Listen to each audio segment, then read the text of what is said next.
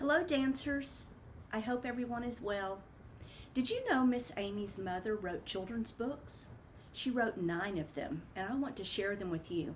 Today we're going to start with Is There Room on the Feather Bed by Libba Moore Gray. I'll show you pictures as we go along.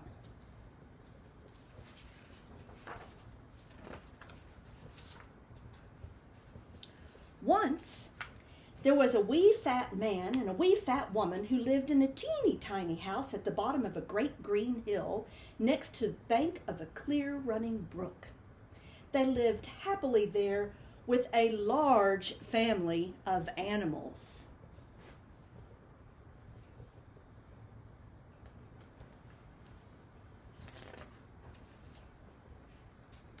There was a green-headed goose, a yellow-billed duck, a woolly white sheep, a speckled black hen, a fat pink pig, a furry brown dog, and an orange-spotted cow, and a grinning gray cat.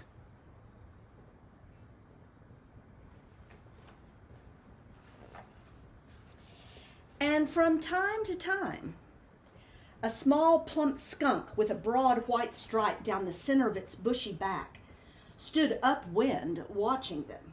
The other animals never let him get too close. They ran away whenever he came near.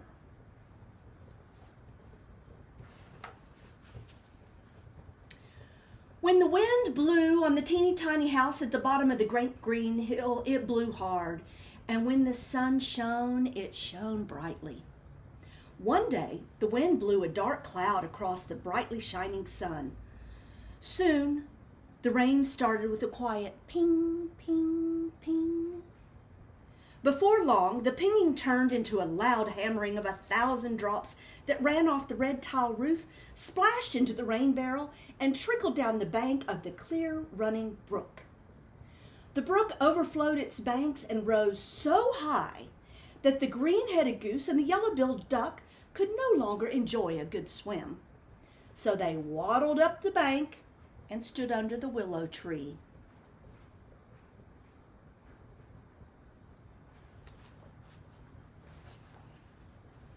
That night, the wee fat man and the wee fat woman were getting ready for a good night's sleep when there came a tapping at their door. The wee fat woman opened it. Honk, honk, honk, quack, quack, quack. The rain is pouring on our feathered backs, said the green-headed goose and the yellow-billed duck. Why, bless your heart, such a noise, such a fuss. There's room on the feather bed for all of us, said the wee fat woman. So the wee fat man and the wee fat woman made room for the goose and the duck, and they all settled in for a good night's sleep.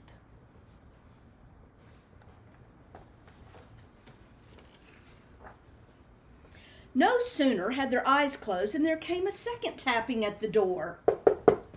The wee fat woman opened it, and there stood the woolly white sheep and the speckled black hen, who said, "Ba, ba, ba, bloop, bloop, bloop. May we please join the goose and the duck?" Why, bless your heart, such a noise, such a fuss. There's room in the feather bed for all of us, answered the wee fat woman. So the wee fat man and the wee fat woman and the goose and the duck and the sheep and the hen all curled up on the feather bed and closed their eyes.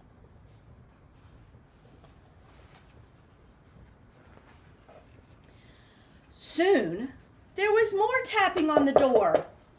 Outside stood the fat pink pig and the furry brown dog, who said, "Oink, oink, oink, woof, woof, woof. May we please stay beneath your warm, dry roof?" And the wee fat woman welcomed them too. Why, bless your heart, such a noise, such a fuss. There's room in the feather bed for all of us. So they all moved over, and soon the wee fat man and the wee fat woman and the goose and the duck and the sheep and the hen and the pig and the dog were sound asleep.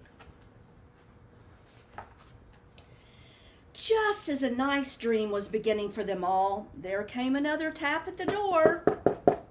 The wee fat woman opened it, and this time the orange-spotted cow and the grinning gray cat stood outside in a large puddle of water. They said, "Meow, meow, meow." "Moo, Moo, moo. We'd like to come in until the sky turns blue. The wee fat woman welcomed them kindly as well, and a place was made for them on the feather bed, which was now a little crowded.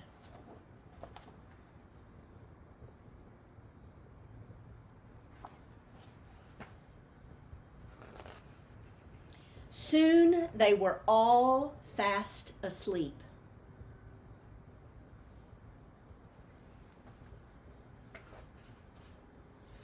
Outside, the water was rising higher and higher, and rising right along with it was the teeny tiny house.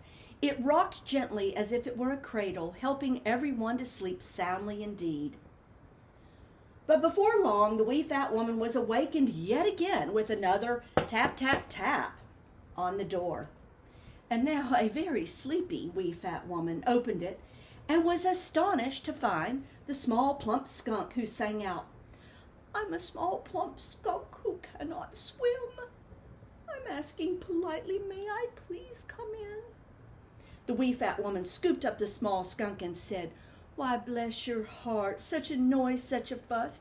There's room in the feather bed for all of us."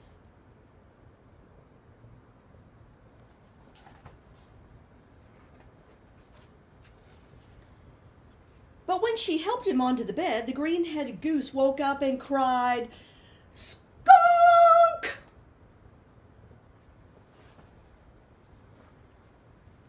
And with that, the wee fat man and the green-headed goose and the yellow-billed duck and the woolly white sheep and the speckled black hen, the fat pink pig and the furry brown dog and the orange-spotted cow and the grinning gray cat scattered across into the dark, wet night.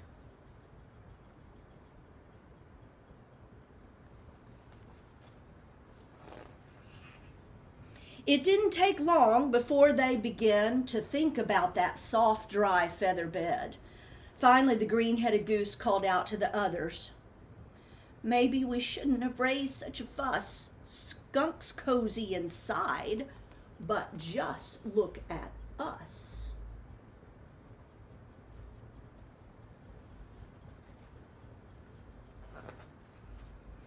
Inside, the wee fat woman and the small plump skunk were beginning to worry about the wee fat man and the other animals when they heard a tapping at the door. The wee fat woman opened it. "Honk, honk, honk, achoo, achoo. We've been so silly. Is there room for us too?" said the green-headed goose. "Why, bless your heart, such a noise, such a fuss. There's room on the feather bed for all of us. So come back inside. Let's all be friends. We'll have breakfast in bed until the rain ends," said the wee fat woman.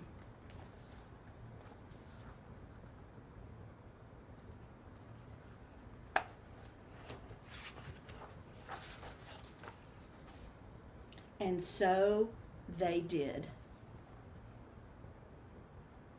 Look at them all in the bed, eating their jam on their toast.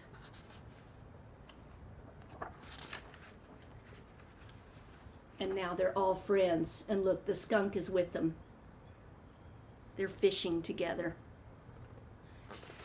I hope you enjoyed that. And I'll read another book on another day. Bye-bye.